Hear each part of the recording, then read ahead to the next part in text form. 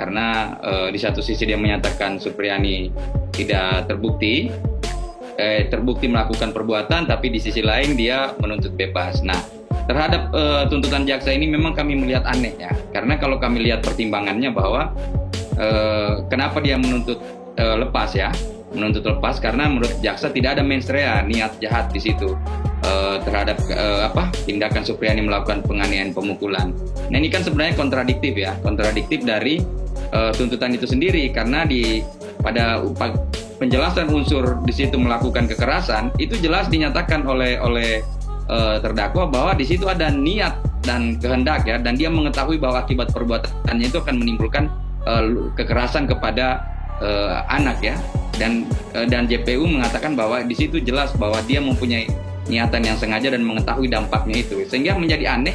Kemudian pada bagian akhir dia menyatakan bahwa tidak ada niat untuk misalnya melakukan kekerasan kepada anak, sehingga kami melihat bahwa tuntutan JPU ini aneh menurut kami. Kemudian apalagi bahwa tuntutan JPU yang menyatakan Supriyani melakukan pemukulan itu cuma berdasarkan asumsi ya. Itu bisa kita lihat contohnya begini. Mulai dari dakwaan itu kan jaksa tetap ya kokoh pada pendiriannya bahwa kejadian pemukulan itu dilakukan di jam 10. Nah, kemudian pada saat pemeriksaan di persidangan, anak-anak ini semua berubah keterangannya. Jadi ada yang mengatakan anak korban jam 8.30, kemudian ada yang menyatakan jam 10, ada yang menyatakan tidak tahu. Nah, terhadap kondisi ini akhirnya jaksa kebingungan menentukan kapan itu, sehingga dia di dalam tuntutan dia cuma menyebutkan bahwa jaksa meyakini kejadian itu di rentan waktu pukul 8 sampai pukul 10. Nah, ini kan keraguan-raguan yang kami melihat bahwa jaksa sebenarnya tidak bisa memetakan dengan jelas kapan kejadian itu, karena memang dia cuma mendasarkan keterangan anak yang di dalam BAP itu semua serentak mengatakan jam 10, tapi di persidangan itu berubah-ubah ya. Kemudian jaksa juga tidak mengurai secara jelas bagaimana caranya Supriyani, kenapa tiba-tiba masuk memukul dia. Dia cuma mengatakan bahwa meyakini bahwa pada saat itu tiba-tiba Supriyani masuk memukul. Nah, ini memang tuntutan yang absurd menurut kami. Ya, tidak bisa diterima dengan logika. Maksudnya gimana tiba-tiba guru Supriyani yang sementara mengajar di 1B tiba-tiba misalnya dia harus masuk langsung memukul dengan rentang waktu misalnya yang dikatakan tadi waktunya 5 menit. Bagaimana tiba-tiba sekonyong-konyong Ibu Supriyani yang sementara mengajar di 1B dalam rentan waktu misalnya 5 menit harus masuk memukul anak tersebut yang langsung menuju ke korban. Jaksa itu bukan menuntut bebas ya, dia menuntut lepas dari segala tuntutan hukum. Dalam artian bahwa dia menyatakan perbuatan itu ada. Nah, pada poin ini kami penasihat hukum tidak sepakat. Kami menyatakan bahwa semua pada fakta-fakta persidangan tidak ada yang bisa membuktikan bahwa Supriyani melakukan perbuatan itu. Jadi ini yang aneh ya.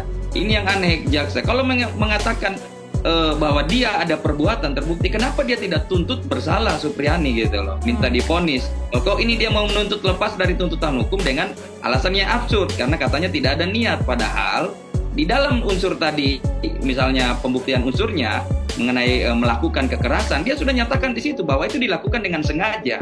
Nah, teori kesengajaan itu kan ada mengetahui dan menghendaki. Nah, kenapa di bagian akhir justru dia membantah sendiri tuntutan uraian dari unsur-unsur itu yang dikemukakan oleh JPU. Jadi ini sebenarnya kontradiktif dan menurut kontradiktif, tapi ini aneh karena apa?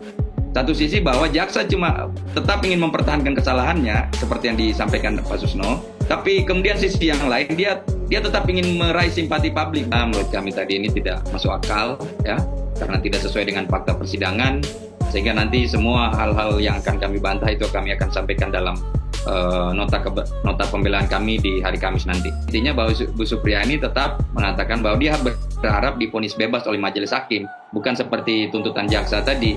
Karena kalau tuntutan jaksa tadi kan tetap menyatakan bahwa Supriyani melakukan perbuatan tersebut.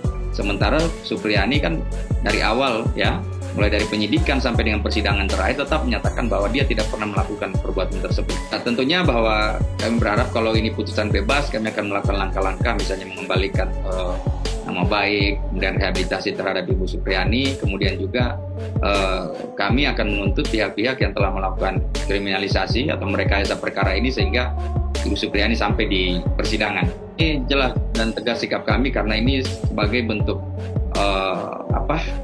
supaya pihak-pihak tersebut ada pertanggungjawabannya ya. Jangan, karena ini kan kalau misalnya Ibu Supriani bebas, terus yang lainnya bagaimana itu yang telah melakukan perbuatan itu? Sementara Ibu Supriani kan telah menerima penderitaan ya, mulai dari bulan 4 itu tertekan, kemudian sempat ditahan. Bagaimana untuk mengembalikan itu? Kan pertanggungjawaban secara etik ya, pertanggungjawaban secara etik bahwa ada pelanggaran-pelanggaran, itu tentunya harus pertanggungjawaban secara etik. Tapi terkait misalnya adanya laporan palsu terhadap kasus ini, kan juga harus bisa dipertanggungjawabkan ya. Penyalahgunaan wewenang, semuanya itu harus bisa dipertanggungjawabkan secara pidana tentunya juga. Kesalahan pertama, menerima berkas perkara Supriani yang sama sekali tidak terbukti ya, tidak, alat buktinya sangat minim. Bahkan boleh dikatakan sama sekali tidak ada alat bukti. Justru alat bukti yang ada menunjukkan Supriani tidak melakukan perbuatan yang disangkakan oleh penyidik. Itu kesalahan pertama. Kesalahan kedua, dia melakukan penahanan. Ya. Kesalahan ketiga, ya ini buat tuntutan, buat yang agak aneh ya. Nah, ini bagus tuntutan bebas, tapi anehnya yang kita tidak terima itu adalah alasannya. Alasannya apa? Sebagaimana dikatakan Pak Andri tadi bahwa perbuatan itu ada, kemudian di ujungnya niatnya tidak ada, di ujungnya aneh-aneh lah. Ya kalau mau bebaskan sekali saja, langsung dia dikatakan perbuatannya tidak terbukti, maka dia harus bebas. Seharusnya jaksa bisa melakukan itu ya Pak Susno? Bukan bisa, berwenang dia mengatakan itu. Undang-undang yang mengamanatkan. Kan ada bebas murni, ada bebas karena perbuatannya bagaimana, macam-macam. Tapi kalau ini kan ini agak aneh. Tadi dikatakan oleh Pak Andri, ini mengatakan perbuatan itu ada, tapi tidak ada niat. Loh, ada niat, tapi ujungnya pada penutupnya tidak ada niat untuk ini, untuk itu. Lah ini gimana, pating kletot gitu.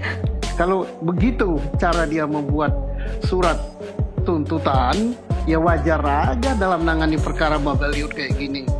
Mestinya nama kejaksaan sudah terangkat gitu, bagus sekali gitu kan, tuntutan bebas gitu. Nah, kita tinggal menunggu hakim. Tapi mudah-mudahan hakim bebas ya kok.